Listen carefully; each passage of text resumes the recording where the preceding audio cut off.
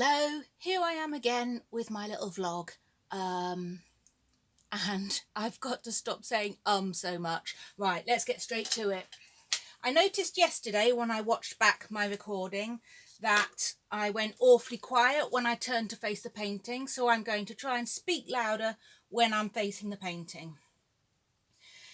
Now, I've made quite a bit of progress on these, as you see. We've got... Well, that was the first one I did, and I've got all the bubbles done on these, and I'm nearly there with the goldfish, but my palette is looking a mess. Now, usually, theoretically, when the paint dries, you can just put more paint on top and just carry on. But I do find that sometimes the brush will, little bits of it will come away from this palette paper, and the brush will pick them up and deposit them on the surface of my painting. So I don't like that. So that's the last sheet of paper in that book. So I need to get another one. And I have another one here. There we go. I get this palette paper from The Works, which is a wonderful budget craft shop, art and craft shop in the UK. 30 sheets, and this it's wax paper. This palette paper is, I think, £2 for 30 sheets, so it's very good value. So nice fresh sheet of palette paper ready for today's painting. And today I am going to finish off these goldfish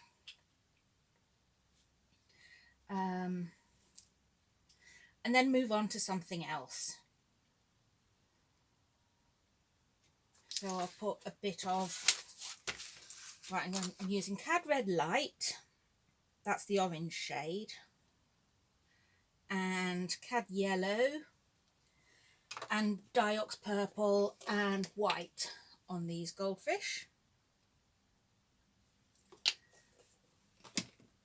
Right, enough about that. You'll know all about that if you wanted to paint them and were to watch Cinnamon Cooney, the Art Sherpa's tutorial, which is on her channel, The Art Sherpa. Now then, a little bit more about me and what's happening. I also realised after yesterday's vlog that when I showed you that cheap and cheerful set of paints from The Works that I started out with, that you might have got the impression that that's what I'm using on an ongoing basis. It's not. That was what I used for my first painting, and I will just try and get that off the wall to show you. Here it is. This I painted with that cheap and cheerful paint set that I showed you. And as and when I started to run out of these, well, actually no, after this set did not have Hooker's Green, which Jane Font used in the tutorial for this, so I used Sap Green, and I think it came out perfectly well enough. The colour is perfectly good. But then, on the advice of a bunch of people, I bought the Liquitex Basics set of 48. So I got all of the colours that I thought Jane would ever use in her tutorials. And they're this size of tube. It's twice the size of the ones in this little pack, pretty much. These are 12mm, these are 22mm. And this was really good value for 48 different colours of these paints. And as and when these have run out, I have replaced them with larger tubes on an individual basis. Either sometimes Liquitex Basics, more often I will be getting Graduate acrylic because they're more readily available in the UK. I can pick them up in WH Smith's, I can order them from Hobbycraft. But the other thing that I also use a lot is, for some of these smaller paintings and for messing about, is these Wilko paints, which are, I believe, the same as the ones from The Works. Let me see. Because they do the large size in these ones of some of the colours in that little set, but not all of them. But I get these for some of my messing about paintings and experiments and what have you. Right, here we go. Yeah, those ones, these lovely cheap ones, they're £2 or £2.50 for 200ml, which is fantastic value. The only problem I found with this latest batch was that the pink was so runny that it wasn't practical to use it in the tube, so I've decanted it into one of these hair dye bottles so that I can get a little bit out at a time, and I'm using just a cocktail stick to stop it up. Art hacks, huh? Right, okay, now I've got my colours laid out for this, and I'm going to carry on and I'm going to talk while I do it. So, actually, do you know, I'm not sure if I can talk while I do it because I think I've got to concentrate. But I'll explain to you that when I compare what I've done on this one to this, I'm not sure if the scaleage is showing up quite so... I don't know, maybe it is. Yeah, it is. I think it's just where the cad red light has sort of merged into each other around here. It's not looking so much like scales. So if I chuck a bit of the Diox purple in there to darken up some little bits of that, just to emphasize the fact that we've got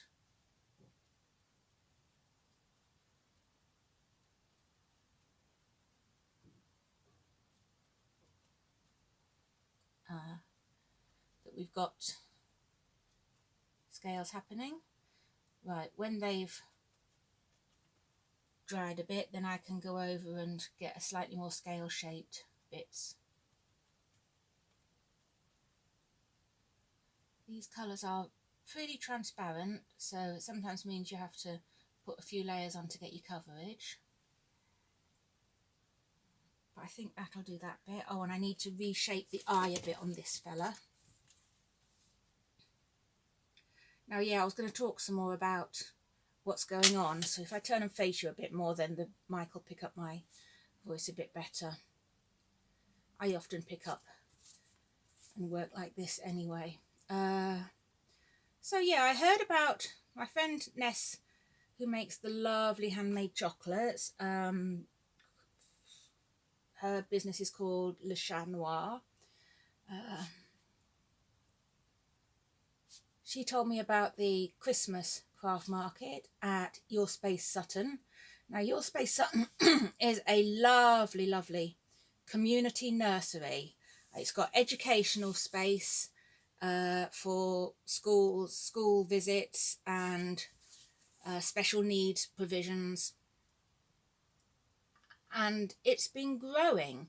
The guy that runs it, Kevin Plicchio, he's a lovely man, and he's had this vision for this space that he wanted to create in this derelict nursery at the back of Sears Park in Sutton, and he's been working on that for eight years with volunteers,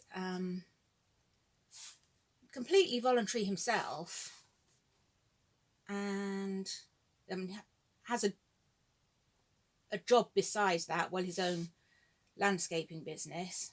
So anyway, he set up this community nursery space with volunteers, and it's developed very slowly, and then in about the last year it's really started to take off and get a lot more use.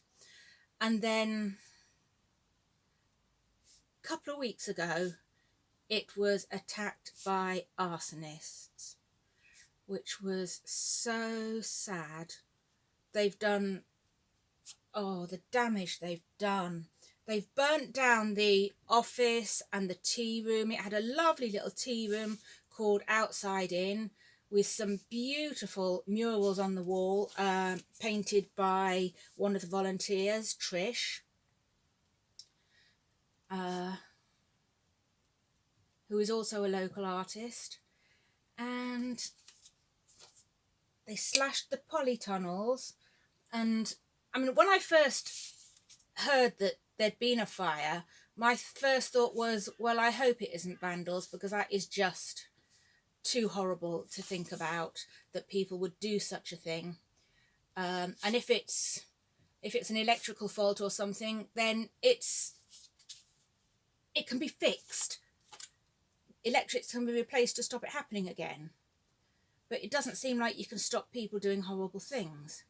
But anyway, it turns out it was arsonists, it was vandals. There was a Christmas tree up from the Christmas period, and there were dummy presents underneath it, empty boxes wrapped up to look like presents, just for decorative purposes, for the display. And they'd torn into them. They'd actually opened these up thinking there might be gifts inside. I mean, not only is that horrible, it's pretty thick. Because everybody that has a display like that puts dummy presents out. Nobody leaves valuable presents under a tree in a where they could so easily be nicked. So anyway, that's the mentality of vandals, and that's what happened. If you look at the Yourspace.sutton Facebook page, you will see pictures of the development of the space and the aftermath of the fire. So, as I was saying, Ness told me about the craft fair, the Christmas craft fair. I'm jumping about in time here. I'm sorry, I am pretty rubbish at this, but try and bear with me and I'll try and get a bit better. So, the Christmas craft fair before the fire, I'd sold a couple of paintings that I'd done, so I was buoyed up a bit. So I thought, yeah, let's do this. And also, most of my tutorial paintings had been, well, most of my paintings, full stop, had been on display at Made in Sutton, the pottery workshop, where I've done a little bit of work at pottery parties and the like, and where I had my first paint night earlier last year. So I put my paintings up on the wall there to help decorate the place a bit, and so that people could see them and maybe people might like to buy.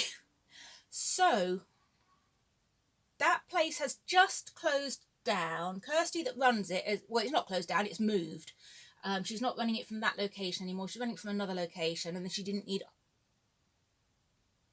no, hang on, let me think. Right, yeah, so the craft fair came up and I knew it was the Made in Sutton was going to be closing at that location. So I got my paintings back and I took them along to the market, and lo and behold, I sold 9 paintings that weekend.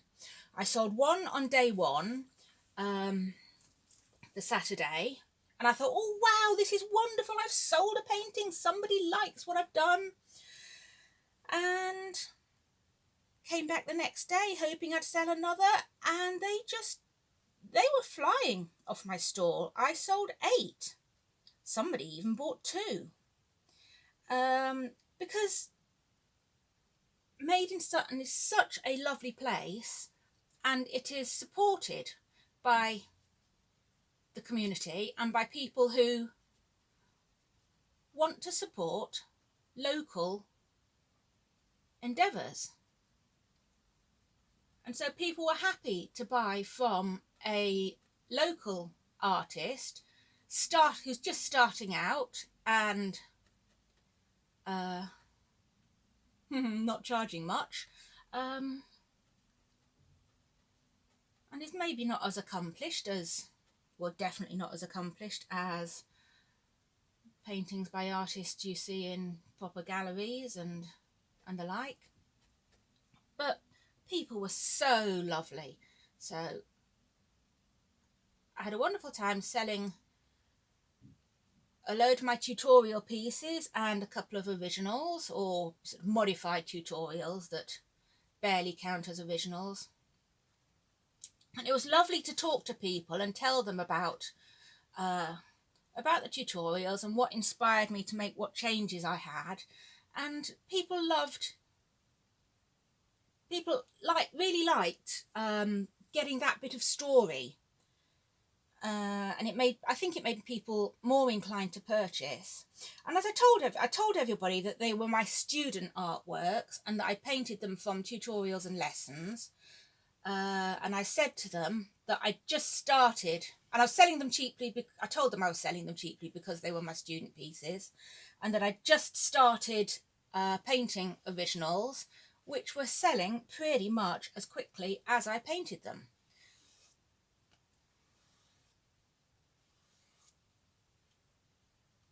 Which I was referring to the elephants in that comment. And so that sort of encouraged people to pick up these student artworks of mine at these low prices. I mean, the 9 paintings that I sold at that weekend, the average price was £15.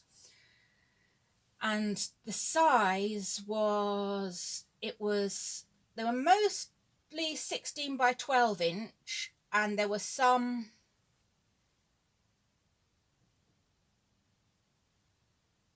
10 by 12 inch. Some of them were on stretched canvases, some of them were on canvas boards. So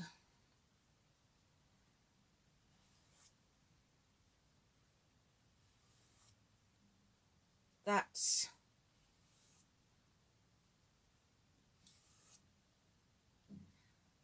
that little story. So because that went so well, as soon as I heard that there was going to be a Valentine's craft market, I was straight away up for it. And I've painted a few originals, and at the moment they are in a shop, so I can't even show you those. But they are on my Facebook page, and when I'm at the shop next week, I will vlog a bit from there and show you the paintings on the wall. But as I say, you can see them on my Facebook page. There's one of 2 flamingos where their necks make a lovely heart shape.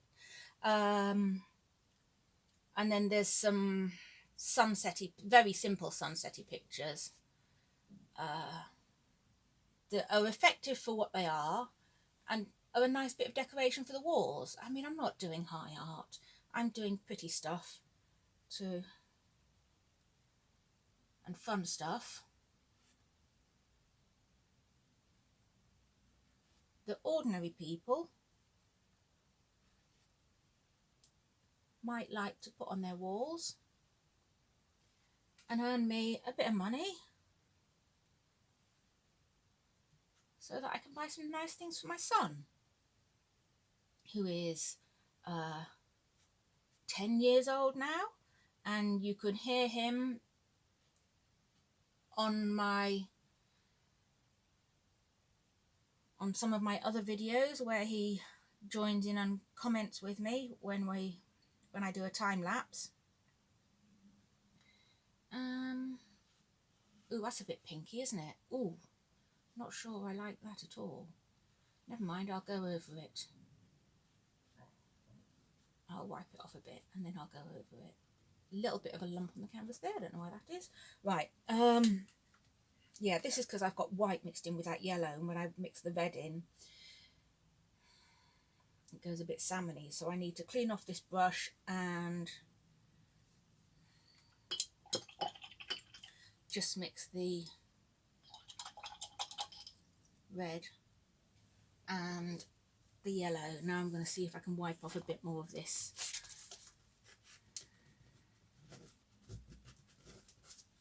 That'll do. The next coat is going to cover it up.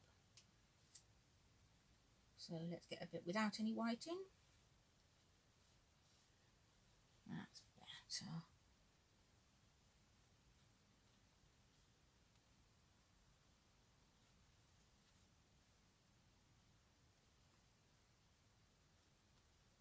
Right. Oh my goodness, 20 minutes.